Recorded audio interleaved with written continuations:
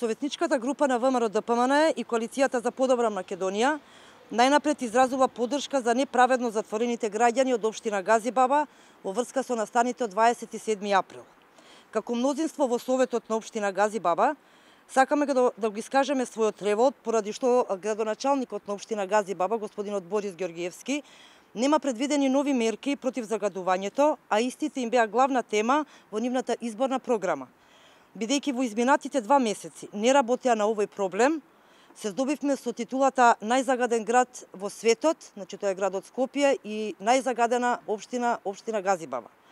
Сакаме да потенцираме дека постојано го напаѓаа ВМРО-ДПМН и Коалицијата за подобра Македонија за непревземање на мерки и проекти во врска со загадувањето за време на владењето на ВМРО-ДПМН.